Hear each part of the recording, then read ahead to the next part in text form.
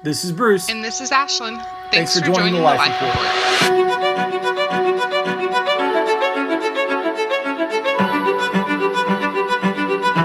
Hello, and thank you for joining us for the Life Report. If you didn't catch the first episode in this two-part series, I'd highly encourage you to go back and listen or watch the discussion we had on racism and abortion. We want to keep looking at the influence of race in the scope of our ministry's efforts. So now we want to address the influence it has on the foster care and adoption systems. Yeah, and so before we actually jump into all of what we want to say in regards to race's influence in child welfare and vulnerable children and families, I think we would be remiss to not ground ourselves in a biblical worldview and in a lens. And so we're using terms like black and white, we're using terms like race frequently in this conversation, in part because they're phrases, the terminology that is commonly being used. However, the biblical understanding is that races don't exist. And so we're not afraid to use that term. We just want to be clear that we're looking at things through a Genesis 1:26 through 28 kind of vision that just says, look, we are all made in the image of God. We are image bearers. And so the tragedy of loss, the tragedy of racism starts there, not with racism itself, that racism is a symptom of that, of the idea that we've lost sort of the equity that God desired from us when he created us in his image. And as he continues to walk alongside to just go, look, I want justice. I want equity. I want equality. I'm moving my people in that direction. And so we've got to make sure that we don't get lost in sort of identity politics of black versus white and black Christian, white Christian, those types of labels, I think can be divisive. And so we don't want to get lost in those. All that being said, we're not afraid to use the term race. We understand in some ways that those are popular terms. And so we've already discussed the impact that eugenics and that movement had on abortion as it targeted people of color and promoted birth control and forced sterilization, and then ultimately abortion starting in the late 1800s. And so in many ways, racism's influence on foster care is a continuation of that. Although foster care didn't formalize until really the 1950s, 1960s. It was sort of this movement that went from this orphanage, children's home kind of way. Like many of you probably have grandparents who maybe even grew up in a children's home, and parents who even think of, well, don't kids just kind of get sent off to an orphanage? And yes, that happens internationally still. But here in America, we've recognized the value that a family setting has for a child, of fitting in with a mom and a dad and siblings, and how that setting is actually more healing in relationship and in attachment than in a setting where it's more of a residential, like you've got maybe 20 kids to one adult. And so that's kind of how foster care transitioned. And yet even then there was segregation involved in that. And so that segregation and some of the systemic or institutional racism that was alive and well in the 20, 30, 40s, 50s, 60s, 70s, 80s, and in some ways is still being impacted today, kind of back to that clamp illustration that we gave in the first part of this. The foster care system is certainly impacted, influenced kind of downstream of things like redlining, which was a systematic program by banks and financial institutions to keep black families from obtaining loans and restricting their access to equal opportunities so that you had specifically black neighborhoods. It's why here in Dallas, why you can virtually split the city along I-30 and go, hey, that's the white side of town and that's the black side of town. And it's tragic. You have the birth control and abortion movements, which we have already outlined. You've got the welfare policies of the 1970s incentivizing single parent homes and some of that being directed towards minorities. I don't want to line that up as sort of the cause of the welfare policies themselves being the cause of everything, but there was definitely an influence and a racism that influenced those policies that then drove it. Certainly the drug epidemics of the 1980s and 90s, where crack was introduced into black minority communities, and then certainly the disparity in criminal sentencing related to drug possession or racial bias. So all of those things have contributed to the breakdown of minority families and to what is known as disproportionality. So you're going to hear us say that a lot, and we're going to try and say it over and over again so we don't slip up on it because it's a big word, but disproportionality. So this isn't to say racism created foster care in the way it created abortion, but the influence is undeniable. And even I think it was just yesterday I was posting something as kind of a criticism against the Black Lives Matter organization, not necessarily the concept as a whole. And some friends just lovingly came alongside and said, Bruce, like you are reading your understanding of what the nuclear family is into how they're defining family. And anyway, it was a great conversation that went back and forth that I think will be really helpful as we unpack some of these things to see that the Black family structure, men specifically, have systematically been targeted. And, you know, as I mentioned these things above, redlining, abortion movement, birth control, welfare policy, drug epidemic, disparity in criminal sentencing, when you start to add those things up, you can see why the Black family has broken down, and yet there's no sense that I have that the Black family has raised its hand and said, oh yeah, we wanted that, or we still want that. And so those are some of the things that as we consider foster care, as we consider adoption, as we consider solutions, that we've got to be mindful of moving forward. Yeah, for sure. And if you don't know, disproportionality is when a group is overrepresented in a subsection versus a representation in the general population. And in prisons, those single parent families, even foster care, that's where the Black community is drastically disproportionate. In fact, almost 2 times as many Black children are in foster care versus the general population. So recognizing race's impact on the foundation of foster care, how is it still influencing foster care and adoption today? Yeah, so there are a handful of moving parts. I mean, nothing's quite as simple as we'd like it to be. I know that for myself, like, hey, just give me what the solutions are and help me, kind of piece this thing back together.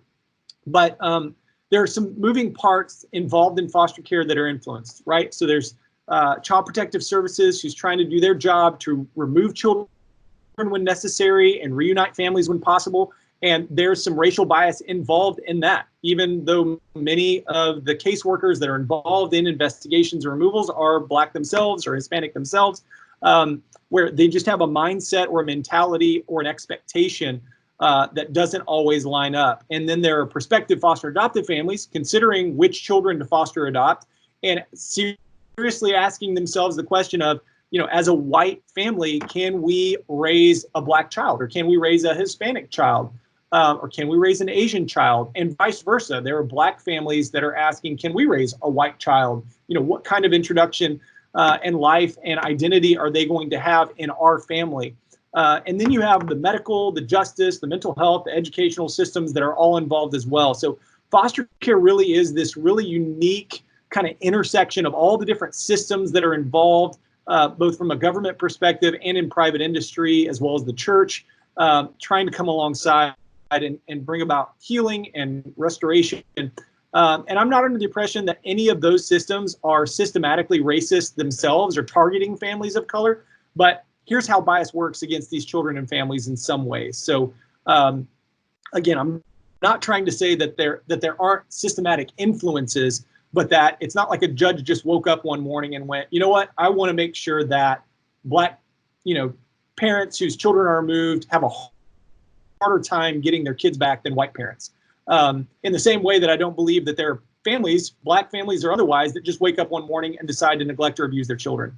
That there are influences going on, generational cycles of poverty, addiction, and violence that are impacting this. And so there's a professor who is at the University of Texas at Arlington in their School of Social Work, which is really one of the best schools of social work in the country, and if not definitely the area here in DFW. And his name is Wayne Dean, and he kind of provided this graphic for me, this diagram that really helped explain it. And I hope it's helpful for those of you who are listening. And he basically took this kind of diagram, if you can imagine, kind of splitting the screen up into 4 quadrants. And in your columns and rows, you've got structure and function. And in some families, you've got a high structure, high function. If it helps you to think of this, sort of think of affluent families where education is a high priority, where productivity is a high priority, where following the rules and eating everything on your plate. Like many of us have grown up in families like this, where that was all very, very important. You had set bedtimes, you had set get up times, you had, hey, we eat at this time, we sleep at this time, we eat at this, we take a shower, all those kinds of structures that we somehow think are very important. They aren't always, but they're kind of a framework for us. And then you have families that are on kind of a spectrum, moving from that high structure, high function part of this quadrant down towards the lower structure, lower function part of the quadrant and or diagram. And so what happens is you've got kids that come from this very low function, low structure environment. And yes, sometimes, for the most part, that means families in poverty, children whose the expectation of education is not as high. But that's where our kids are coming from, and that's where their parents are coming from. And what happens is when those children are removed into foster care, they have to assimilate into our high structure, high function families, because our high structure, high function families aren't going, oh, well, we're just going to abandon, meal times and bedtimes and all those kinds of things. So, and it's done in a very relational way, not in an institutional way where it's all spelled out. And so where racism starts to kind of, or the racial bias starts to kind of show its ugly head is when caseworkers are talking to prospective foster and adopted families, and they're talking to people who look like me. And if I can articulate the ideas and concepts and sort of regurgitate some of the things that they're training me with, they go, oh, that guy gets it. Because we've got a high value on, right, that structure, that function, education, those types of things. And so it makes it sound like I understand, when in reality, many of our high structure, high function families are some of the worst families for our kids. Again, because our kids have to travel that entire spectrum up to assimilate into that environment. Whereas a family who's maybe more towards the middle, or a family who's maybe more in a low structure, low environment kind of lifestyle, would actually be a better placement for some of our kids. However, because they don't articulate things as well to a caseworker or to somebody who's vetting them as a prospective family, especially when it comes to home studies, where you come in and ask those questions that are, like, hey, tell us about your discipline style, or tell us about how you were disciplined as a child, or tell us about your marriage. Like, when they don't say all the right things and all the right phrases and all the right ways, they sort of get downgraded, because it's like, you didn't articulate the things we wanted you to articulate in the way we wanted you to articulate them. We have the same kind of danger in Christendom or the church environment. Whenever, we kind of tell people like, hey, you're not a Christian unless you can quote Ephesians 2:8-9 or John 3:16 and use the NASB, version versus the NLT or something like that. So if you're a Christian, and you've kind of grown up in the church world, you kind of understand some of that conceptually, where it's like, we want you to say the right phrases in the right way. And so all of that, when we add it to the history of racism and some of the influences that have happened historically, it's not difficult to see how things are more difficult for these children and their families. And we're admittedly scratching the surface with some of these things, some of these issues with generalities. But kind of give us an idea, as you asked the question of how's that still influencing foster care and adoption today? That's part of it, is just sort of that affluence that happens, that structure and function, where these vulnerable children and their parents, sort of have to become middle class and upper class in order to get the right boxes checked off. It's like, if you can't provide transportation, if you don't live in the right neighborhood, if you don't have the right square footage in your house, which I could go on and on about how the system has tried to accommodate some of those things with, like, the Foster Act, where they try and prioritize kinship placements. So when you've got kinship placements that are in poverty and they're trying to care for their family, but they don't have the resources to do that, our state and our federal government have done some things to help bridge that gap better. But even then, there's some hard things. And so in many ways, it's how do we meet them where they're at, and yet at the same time not enable them, and at the same time, not keep them in this kind of ongoing dependence, and recognize that somewhere along the way, people are making choices that are hurting kids, that are trying to help kids, and we're sort of stuck in the mess of trying to be a part of the solution all at the same time. So that was a lot of information. It's huge, the jump that those kids are expected to make, and almost like the pre-programmed answers those families are expected to give when they're, like you said, doing their home studies. How else does all of this impact the foster and adoptive families? Yeah, so there are those people who are hearing this, or maybe have already done this and just going, hey, we want to give of our family. We want to open our home to care for these children. And so while there's certainly people who have said some odd things, like I want to adopt a Black child, and those who have traveled across the world to adopt a child of another ethnicity in order to avoid contact or open relationships with the child's biological family, the majority of families fostering or adopting transracially, or who are considering that, don't do so out of an underlying racial bias. It's a, hey, we have space, we have love, we have a family, we want to help. And I mean, there's just I think the reality that none of us start this process with all the right motivations. So everybody's kind of learning along the way. But as my wife posted recently, she said something to the effect of like, hey, when you're checking out and sort of the self-checkout, there's a little sign that comes up and says, hey, look at the bottom of your basket. Check the bottom of your basket for things that you put down there that you may have forgot, so you don't end up walking out the store without paying for them. And it's sort of that, right? Of like we need to check the bottom of our basket and go, hey, is there any underlying racist kind of partial bias that I'm kind of bringing along with me that maybe I don't intend to? So we do have to check that. But most of the people that I meet are not saying things like, I want to adopt a Black child, and rather than just saying, I want to be available to adopt whatever child needs our home. And so there are often people who consider beforehand if they feel equipped to raise a Black, Hispanic, Asian, biracial child, and learn along the way to appreciate the diversity with some very real aspects like hair and skincare, language barriers, etc. We had our very first foster care placement was a little boy who was about 9 months old, and our first biological daughter was 9 months old. And so they were kind of like twins, only when we're pushing them in that double stroller and people come around expecting to see twins, they're like, wait, what? And it was just, you could see their mind turning of like, my wife was a floozy, or, like something had gone wrong, but we had no idea how to care for this child's hair or skin. And so, it was just a really quick education and steep learning curve on our part. And that happens to a lot of white families because there are a lot of, as we talked about disproportionality, there are a lot of children of color that need to be cared for, that there just aren't enough existing Black families, Hispanic families providing foster care.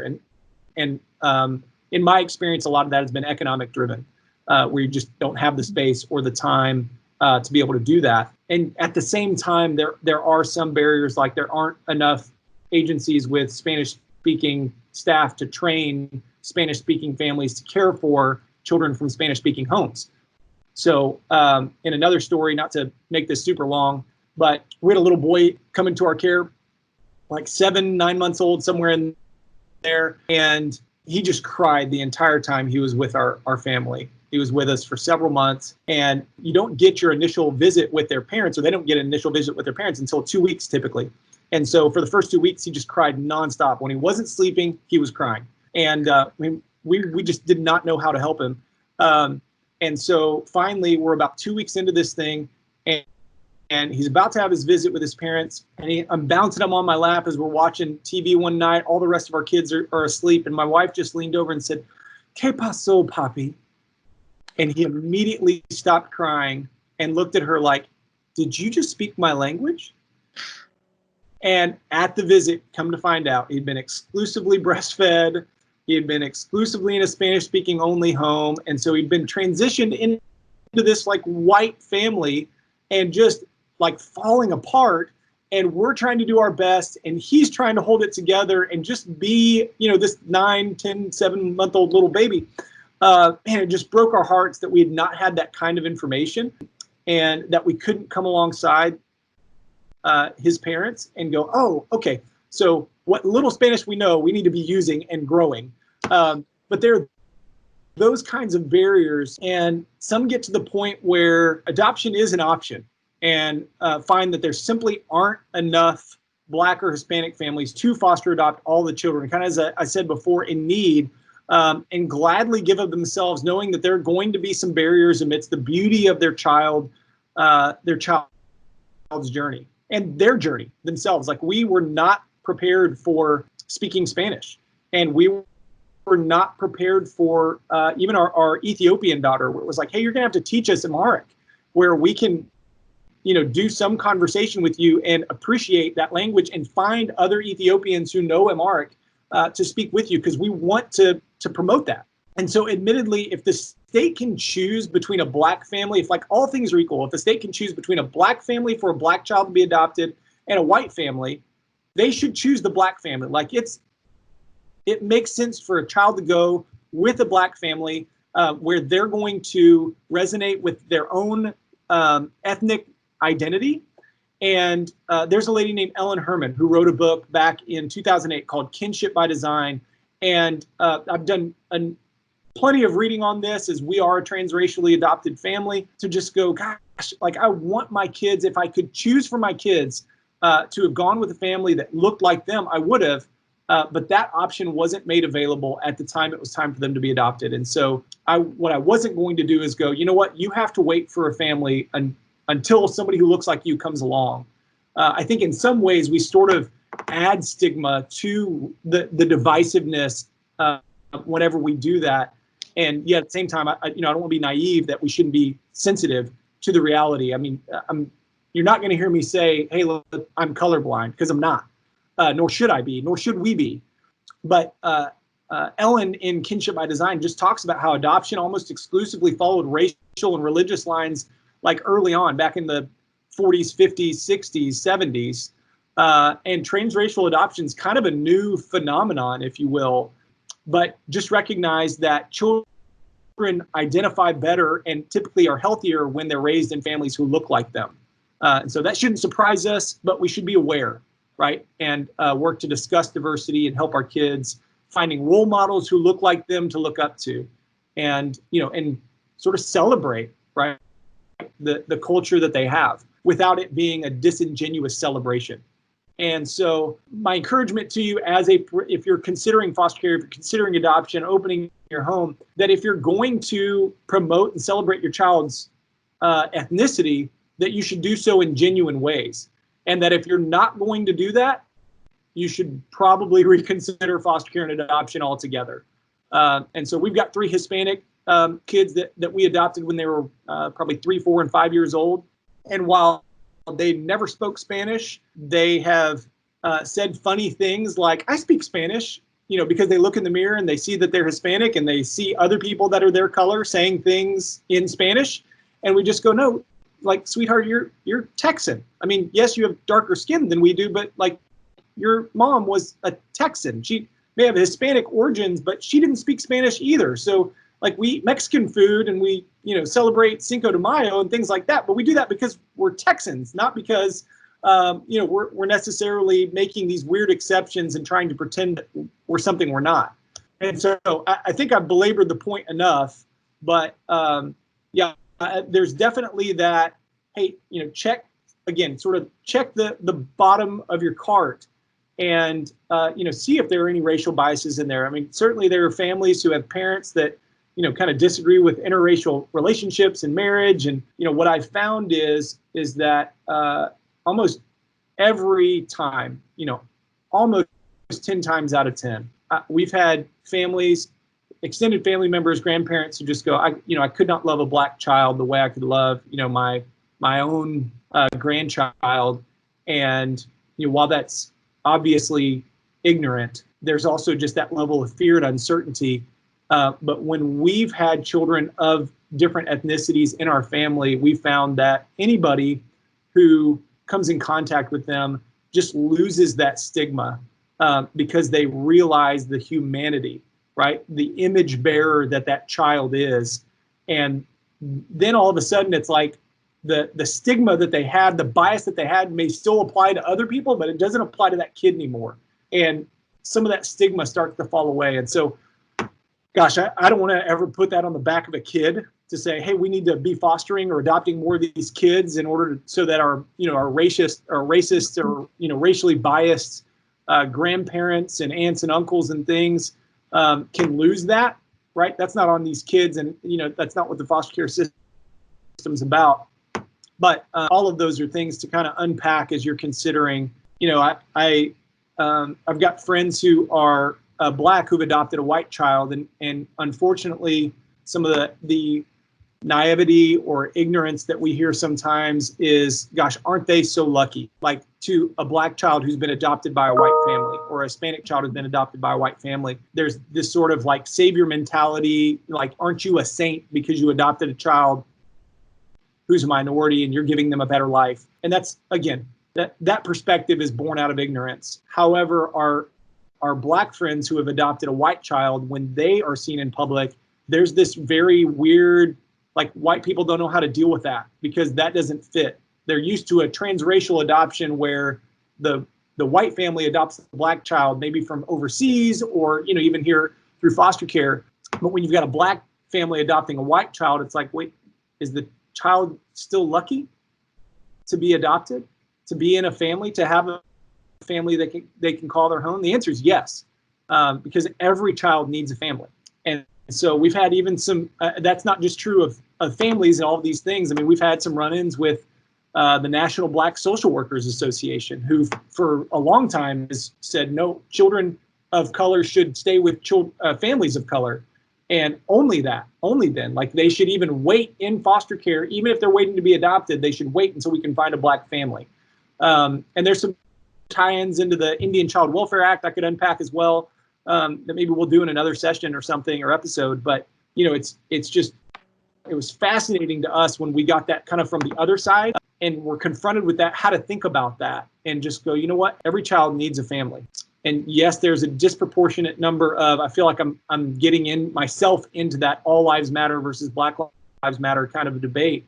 But what we were faced with was the National Black Social Workers Association basically telling us, no, we don't want to put pictures up of white kids. We only want who need to be adopted. We only want to put up pictures of Black kids who need to be adopted, because that's the group that we're specifically recruiting for. And it's not that there's not special recruitment needed for that. Like, the government even does subsidies for kids who are minorities. And so, like, you don't get a subsidy if you're pursuing the adoption of a blonde-haired, blue-eyed little white girl who's, under or over the age of 2.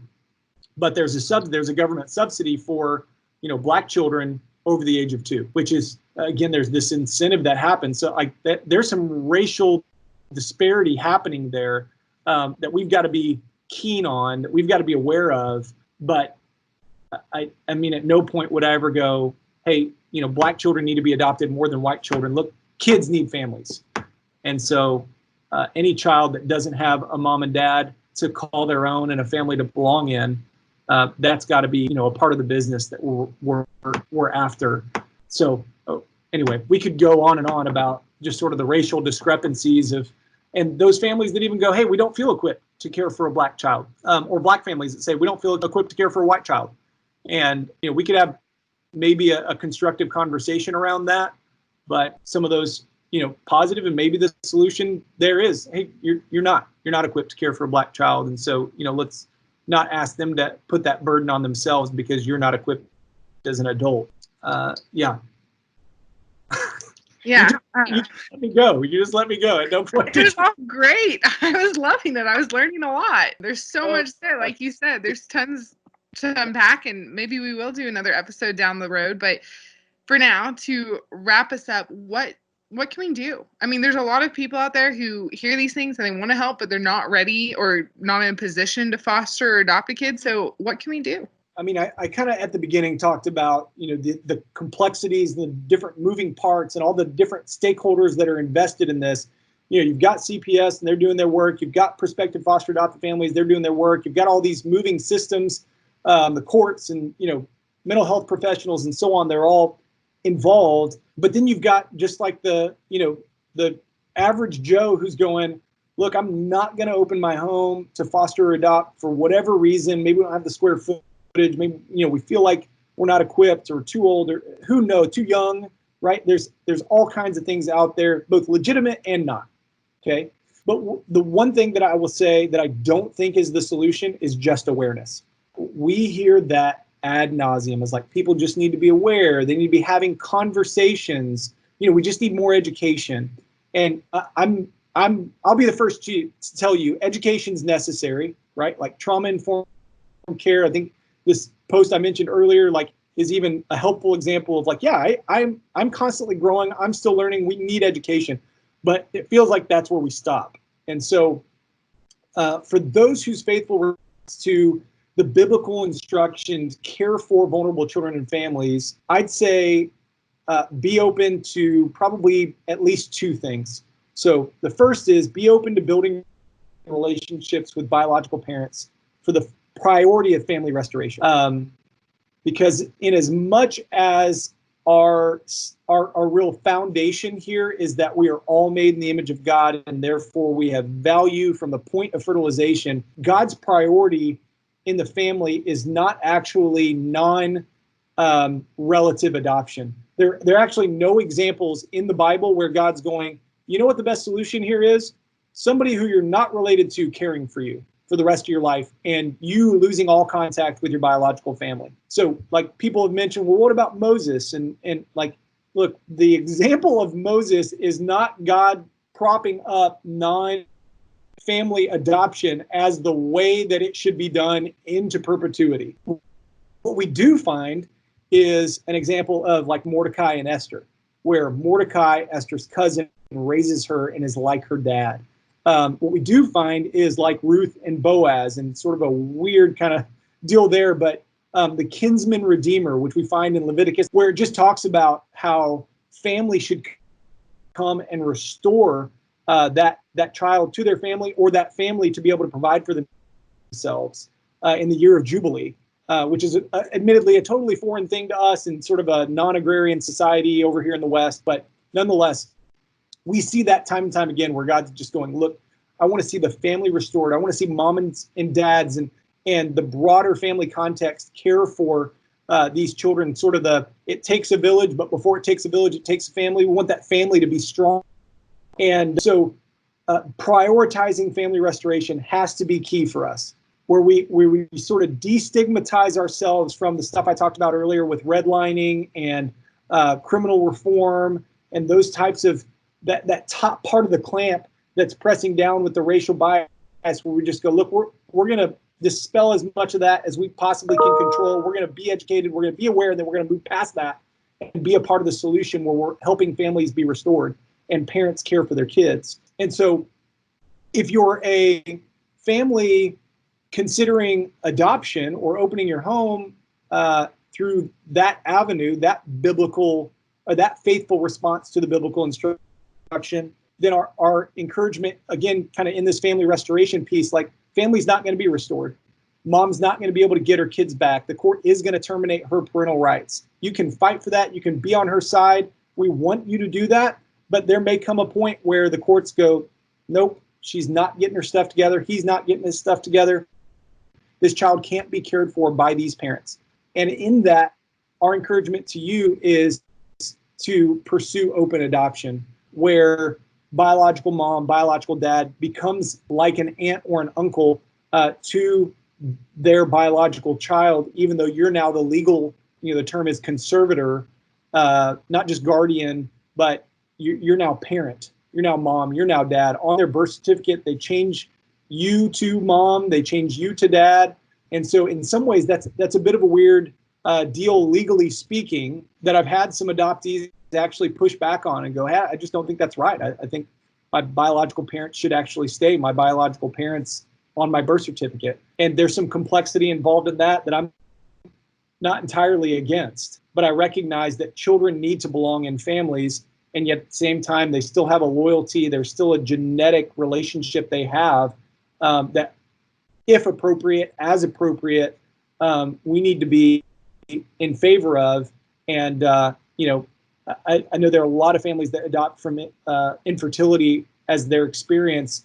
And there's this mindness that takes over where they just go, you know, like when I adopt this child, I want this child to be mine. And the reality is that they're not. And I would even go more broad than that to say, even your biological children are not your own. In a very real sense, I don't mean to just hyper spiritualize this. In a very real sense, we are stewards of our biological children. We are stewards of our foster children. We are stewards of our adopted children. We are stewards and disciplers of one another.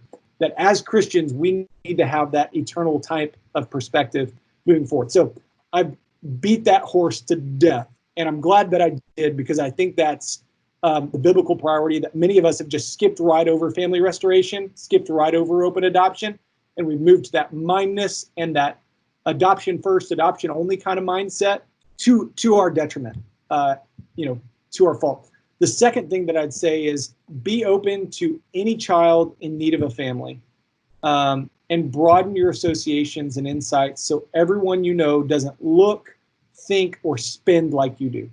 Although that second point is really true for all of us, right? It's not just for those of us who are fostering or adopting or those of us who are going to serve in this way. We would all benefit from a measure of diversity to go, hey, you know, I want to be influenced by the wealth of experience that comes from hearing from somebody who lived through the 70s or 80s or the civil rights movement.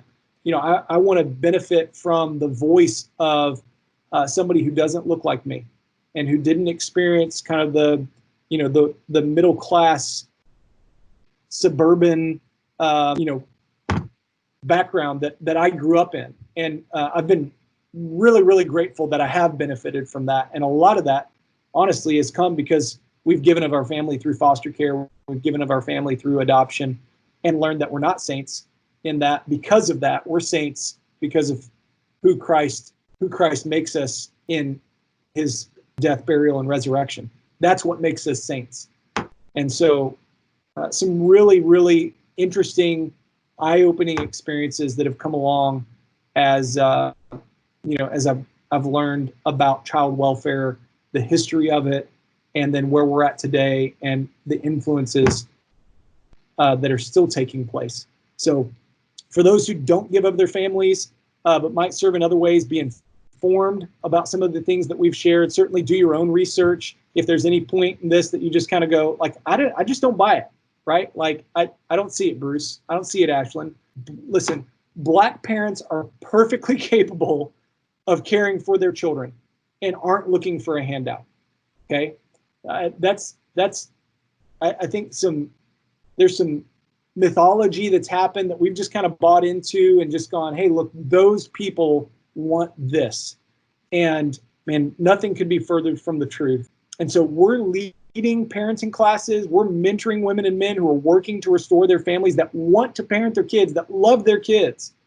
And we would invite you to join us in walking alongside these women and men, sharing the gospel, living that out as you disciple someone who likely hasn't had a number of great examples to mirror. Again, back to that, has been stuck maybe in that generational cycle that we get to be a part of the solution for. And so lots of incredible opportunities to, again, not just be aware, but actually invest yourself in discipling somebody who is hoping, is longing, who wants to be restored and wants to know Christ and wants to walk with him. And we get to be a part of that. And what an awesome privilege. Yeah, that's amazing. And like you said before, there's certainly data and studies that we could cite ad nauseum about any or all of this, but our goal ultimately is to move God's people until every child is home. So just to care for those kids and families in need.